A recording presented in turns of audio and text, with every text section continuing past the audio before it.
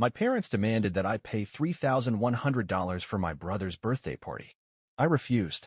3 days later, they asked me to sign over my apartment to him. Again, I said no. Without hesitation, they kicked me out. 1 year later, karma hit back. Hey, Reddit? Long-time lurker, first-time poster. I, 32M, have always been the responsible older brother.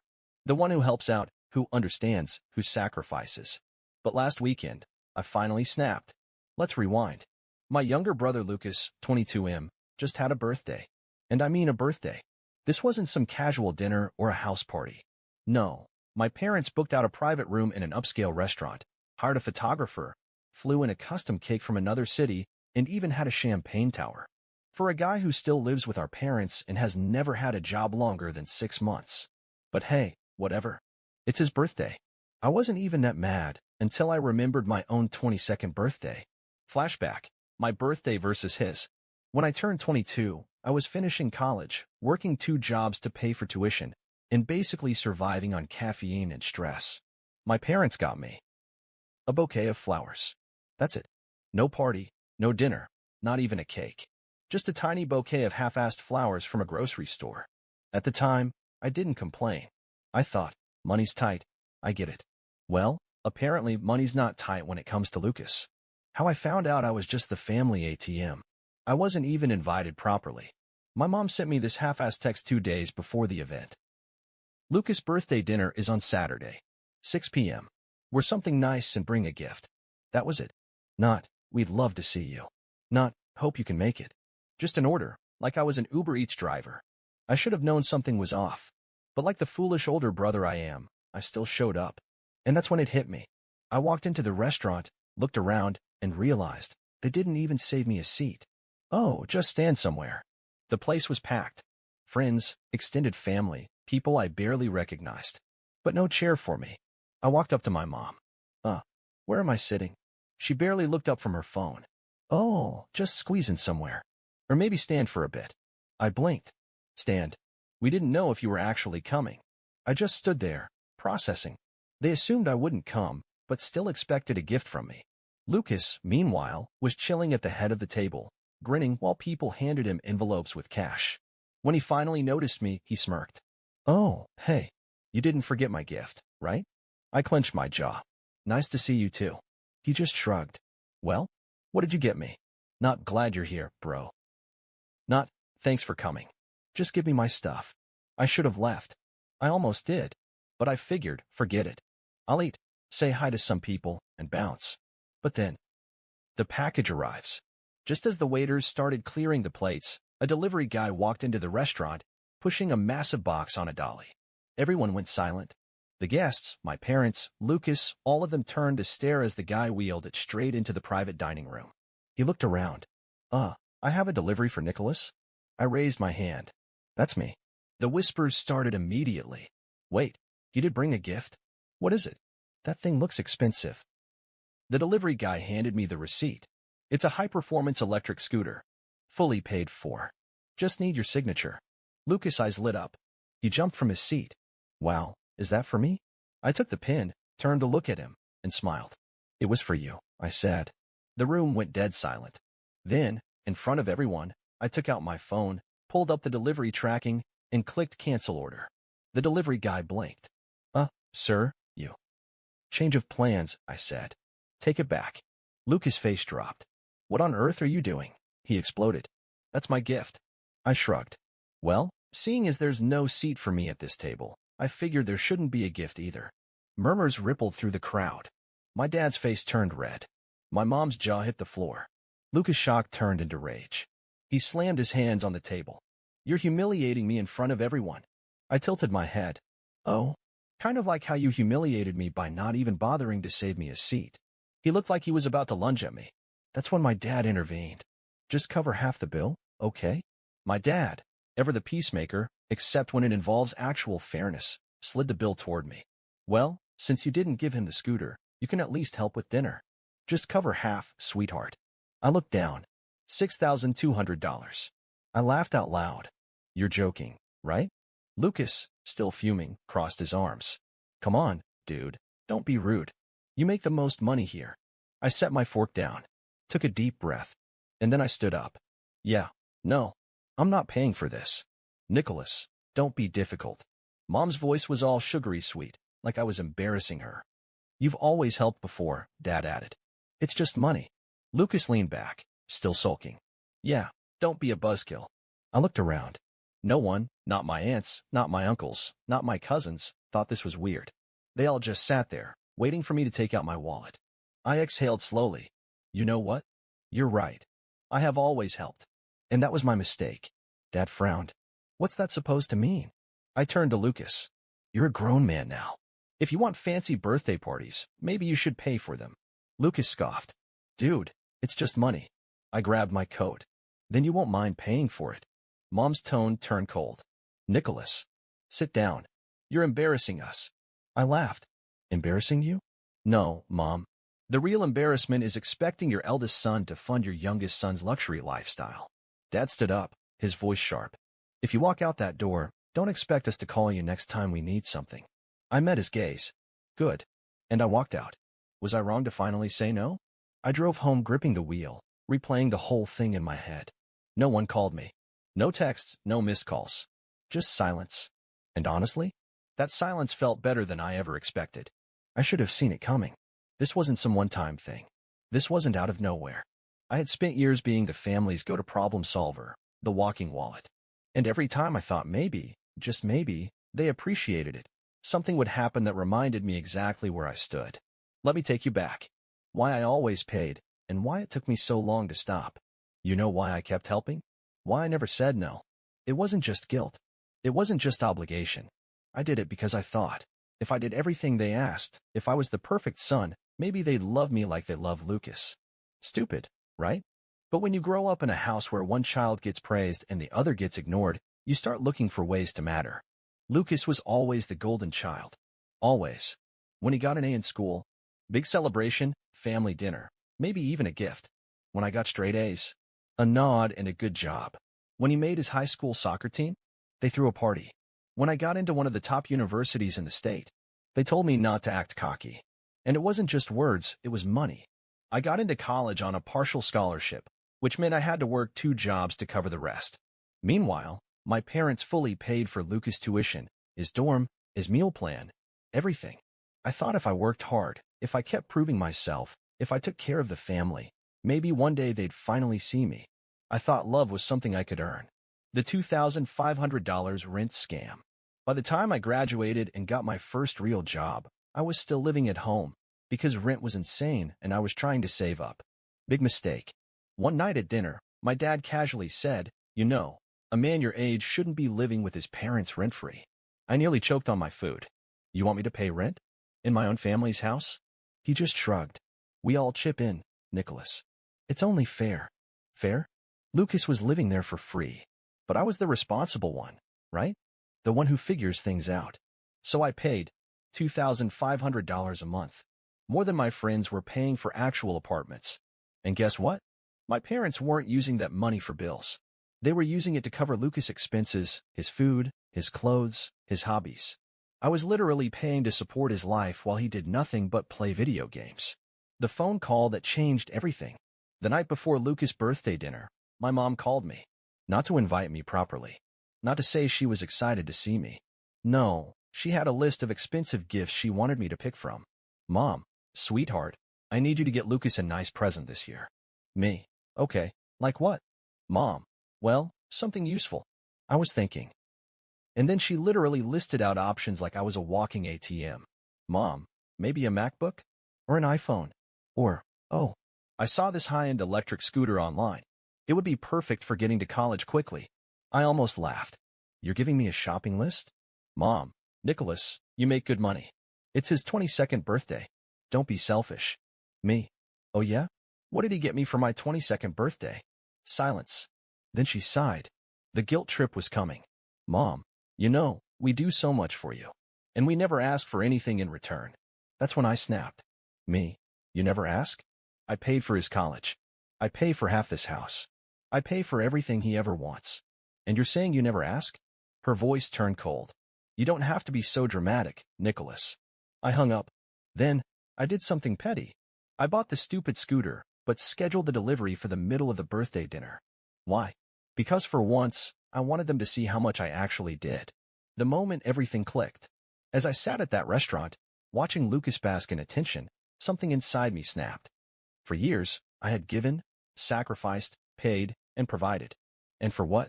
Had I ever gotten a grand birthday party? No. Had they ever surprised me with expensive gifts? No. Had they ever made me feel like I truly mattered to them? No. I had spent my entire life chasing their approval, believing that if I worked hard enough, if I gave enough, if I proved myself worthy enough, they would finally love me the way they loved Lucas. But that night, sitting there in that crowded restaurant with no seat at my own family's table, I finally understood. It was never going to happen. No matter how much I gave, no matter how much I did, I would always be just a wallet to them. And I was done. For the first time in my life, I was going to say no. I was finally free.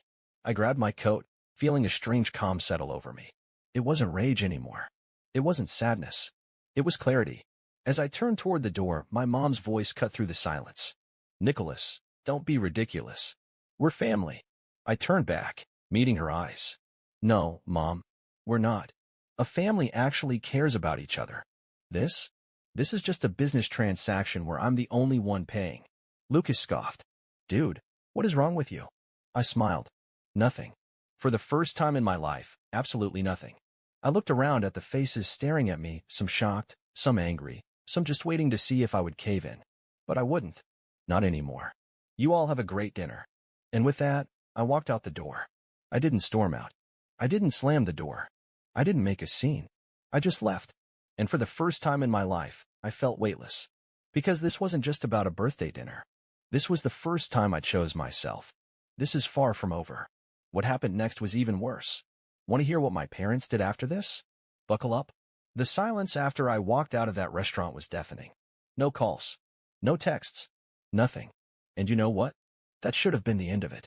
I should have moved on, enjoyed my first taste of freedom, and never looked back. But I made one mistake. I underestimated how far my family would go to pull me back in. The first call. It took 3 days for my mom to finally call me. I was at work when my phone buzzed, her name flashing on the screen. I let it ring. A minute later, a text popped up. Nicholas, we need to talk. Please don't ignore your family. I ignored it. 2 hours later, another text. We're having dinner tonight at home. Your father wants to see you. I knew what this was. Damage control. They weren't sorry. They weren't calling because they missed me. They just needed me to keep playing my role.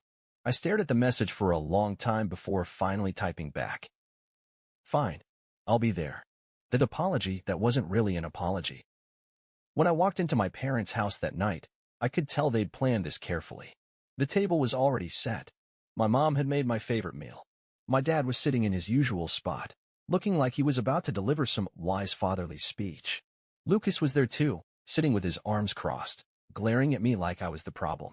I sat down, arms crossed. All right, I said. You wanted to talk? Mom gave me this soft, sad look. The kind she used when she wanted me to feel guilty. Honey, she said, we just don't understand what happened the other night. That wasn't like you. I laughed. Not like me? You mean, not like the version of me that always pays and never complains. Dad sighed, like I was being difficult. Nicholas, look, we may have miscommunicated, but at the end of the day, we're family. And family takes care of each other. I stared at him. You mean I take care of you? A long pause. Then he cleared his throat. Let's not focus on the past. We need to move forward. I knew what was coming next before he even said it. They wanted something. The real reason they called me back. We've been talking, Mom said carefully, and we think we found a way to make things right. I raised an eyebrow. Oh. She smiled. Instead of an expensive gift, why don't you just help Lucas with something practical? I exhaled sharply. Here it comes. His apartment lease is ending soon, Dad said. And, well, you have that new condo you're fixing up. I blinked. You want me to let Lucas move into my condo? Mom placed her hand on mine, her voice sweet and reasonable, the same tone she always used when she was about to manipulate me. Sweetheart, your new condo is almost ready, isn't it? She said. I didn't answer. She continued, it's so big for just one person. 3 bedrooms? That's too much space for you alone. I clenched my jaw. And Lucas would be so comfortable there, she went on. It's in a great location, so close to his college. It's perfect for him. Then she gave me a sad smile, as if she was doing me a favor. You know, this could be a way for you to make up for ruining his birthday, she said softly. I actually felt my brain short-circuit for a second. I ruined his birthday? I stared at her. At my dad. At Lucas, who just sat there, smirking like he expected me to cave in. And that's when I finally understood. They hadn't heard a single word I said. I walked out of that restaurant because I was tired of being used, and their response was to use me even more? They weren't trying to fix anything. They weren't trying to rebuild a relationship. They just wanted me to keep paying. The moment I snapped, I pulled my hand away from my mom's. Let me get this straight, I said. I tell you I'm tired of being treated like a wallet, and your solution is to let Lucas move into my home, rent-free, because 3 bedrooms is too much space for me? Mom sighed. Nicholas, don't be so dramatic. I slammed my hand on the table. No, you don't get to say that, I said. You don't get to act like this is normal. I turned to Lucas. For years, I've paid for your stuff. College. Bills. A regular pickup truck. And not once, have you ever been grateful. Lucas rolled his eyes. Oh, here we go. I cut him off. No, you don't get to roll your eyes. You don't get to act like I'm the selfish one. Then I turned to my parents. And you too? You made me believe that if I just kept giving, if I kept helping, one day, I'd be as important to you as Lucas is. My mom's face fell. I finally get it now, I continued. I was never your son. I was your investment. Dad's jaw tightened. That's enough, Nicholas. No, I said. It's not. I stood up, shoving my chair back. I am done being the responsible one. I am done being your safety net. I am done with all of you. The final explosion. Dad slammed his hand on the table. If you walk out that door, you're not coming back. Lucas smirked. Good. About time. I looked at them, really looked at them, and felt nothing. No sadness. No guilt. Just relief. Perfect, I said. And I walked out. I didn't slam the door. I didn't yell. I just left. And this time, I knew I wasn't coming back. I thought that was the end. I was wrong. Because a few months later, my parents called me again. And this time, they weren't asking me for a favor. They were begging. Want to hear what happened next? Buckle up. The first few weeks without them. At first, I expected the silence. I knew my family. They weren't the type to come running after me. No, they were waiting for me to come crawling back. They thought I'd feel guilty. They thought I'd start missing them. They thought wrong. Because for the first time in my life, I felt free. No more surprise bills. No more guilt trips. No more feeling like I owed them something just because I existed. I moved into my condo, which I paid for with my money. And every single morning, I woke up in my own space, with my own rules, and I felt lighter. Lucas, meanwhile, he moved back in with my parents. I didn't reach out. I didn't ask how he was doing. But I heard things. And let's just say, things weren't going well. Life without me wasn't as easy as they expected. Without me paying the bills, my parents started struggling fast. Lucas had to actually start contributing to the household, and let's just say, he wasn't thrilled. Apparently, he got a job, a part-time job at a coffee shop. And within 2 weeks, he quit. I heard from a mutual friend that he complained constantly about how unfair it was that he had to work. Meanwhile, I was flourishing.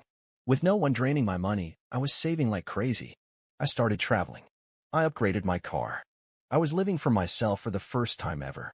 And I was happier than I had ever been. Then, 6 months after I walked out of that house for good, they called me. The call I knew was coming. It was a Sunday afternoon. I was at home, reading, when my phone buzzed. Mom. I stared at the screen for a long time before picking up. I didn't say anything at first. Then, finally, Mom, Nicholas, we need your help. I almost laughed. There it was. The real reason she was calling. Not because she missed me. Not because she wanted to make amends. No. She needed something. I leaned back in my chair. Oh? With what? She hesitated.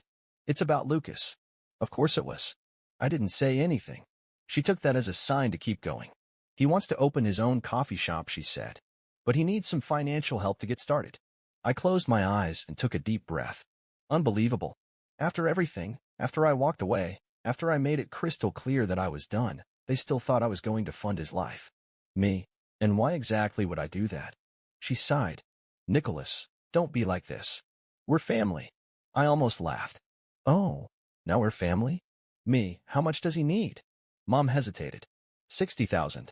I nearly choked. $60,000. They were insane. The deal I offered them that broke them completely. I was about to tell her to leave me alone. But then an idea hit me. A petty, brilliant idea. Me? All right. I'll give him the money. Mom gasped, clearly not expecting that answer. Oh, sweetheart, that's so wonderful. Me, but on one condition. Silence. Me, I'll give him the full $60,000. Interest-free. But if he doesn't pay me back within a year, the house becomes mine. The silence on the other end of the line was delicious. Then, finally, Mom, Nicholas, you can't be serious. Me, oh, I'm dead serious. She stammered. That house, that's our home. I smiled. Exactly. And my money is my money. She was quiet for a long time. Then, voice shaking, she said, if that's your condition, then we have no son. I nodded, even though she couldn't see me. Sounds good to me, I said. And I hung up. I sat there for a moment, staring at my phone. And you know what? I felt nothing. No guilt. No sadness. Just peace. Because I finally knew. I had one final part. Lucas didn't get his coffee shop. 3 months later, he racked up so much debt that my parents had to sell the house anyway. I didn't find out from them. I found out from my cousin Emily, who texted me. Just thought you should know. Mom and Dad are moving. Lucas screwed them over. I stared at the message for a long time. Then I put my phone down, and I went back to living my life. Because for the first time ever, I was free.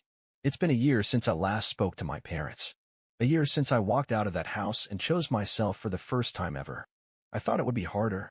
I thought I'd feel guilt, sadness, regret. But you know what? I don't feel any of that. I feel peace. My life now. I wake up every morning in my own condo, in a space that belongs to me and only me. I travel whenever I want. I spend my money on my own future, not someone else's. I make choices for myself, without worrying about what my family will think. And for the first time ever, I feel like I'm actually living. Lucas? From what I've heard, he's still struggling. He still jumps from job to job. He still expects others to bail him out. And worst of all, my parents still enable him. It's like nothing has changed for them. But that's the thing. I'm not part of their cycle anymore. The final message I received from them. A few weeks ago, I got a message from an unknown number. It was my dad. We're moving out of the house. Your mother is heartbroken. I hope you're happy. I stared at it for a while. And then, I deleted it. No response. No second thoughts. Because I owe them nothing. Not after everything they did. Not after a lifetime of being treated like an ATM instead of a son. And for the first time, I know I don't have to feel guilty for choosing myself. So, was I wrong for walking away? A year ago, I might have wondered. I might have second-guessed myself. But now? Now, I know I did the only thing I could have done. Because family isn't about obligation. It's about love, respect, and mutual care. And if those things don't exist, then sometimes the best thing you can do is walk away and never look back.